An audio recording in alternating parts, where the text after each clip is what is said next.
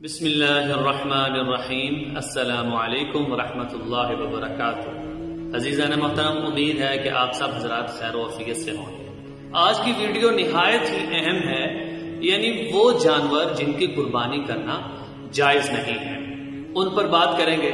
سب سے پہلا جانور جو اندھا ہو، جس کی دونوں آنکھیں نہ ہو۔ نمبر 2، ایسا جانور جس کی ایک آنکھ نہ ہو، یعنی کانا ہو۔ نمبر 3، جس کا ایک پاؤں کٹ گیا ہو کسی وجہ سے، اس کی بھی قربانی جائز نہیں ہے۔ نمبر 4، وہ جانور کہ جس کو چوٹ کی وجہ سے وہ لنگڑا ہو گیا ہو، اور لنگڑا اس طور پر ہو گیا ہو کہ وہ جو ٹانگ ہے وہ اس کی زمین پر نہ لگتی ہو۔ اسی طرح نمبر 5، بیمار جانور کہ جس کی بیماری بالکل واضح ہو، اس کی بھی قربانی جائز نہیں ہے۔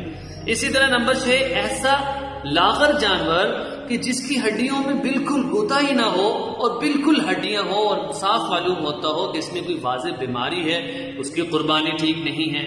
7واں، ایسا خارشی جانور جو بہت زیادہ ہی کمزور ہو اور بہت زیادہ دبلا ہو چکا ہو۔ اسی طرح نمبر 8، جس کے ایک یا دونوں سینگ جڑ سے ہی اکھڑے ہوئے ہوں، اس کی قربانی بھی جائز نہیں ہے۔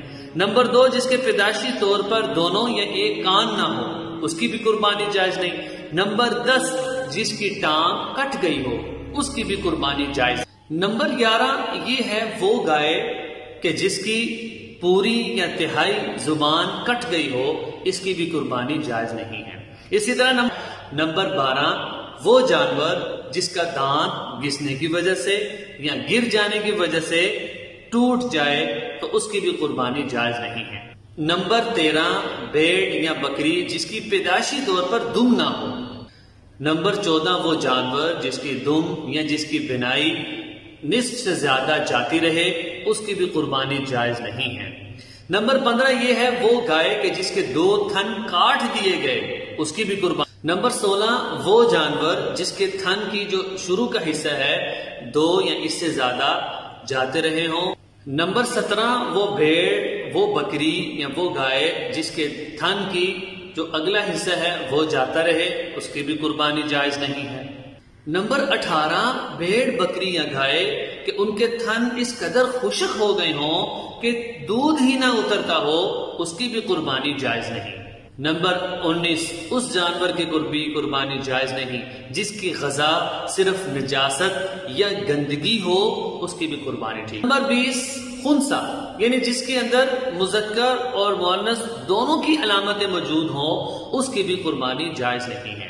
تو عزیزان محترم، ہم جب جانور لیں یا منڈی لینے جائیں تو ہم ان چیزوں کو ضرور اپنے ذہن میں رکھیں کہ یہ وہ چیزیں ہیں کہ اگر ہم ان کا دھیان نہیں کریں گے، خدا نہ خواستہ ایسا جانور لے لیا کہ جس کے اندر شرعی عیب پایا گیا اور ہم نے اس کی قربانی کر لی، ایسا نہ ہو کہ ہمارا یہ قربانی جو کہ ایک عظیم عمل ہے یہ سرے سے ہو ہی نہ، صرف ہماری غفلت کی وجہ سے۔ انشاءاللہ دوبارہ ملاقات ہوگی۔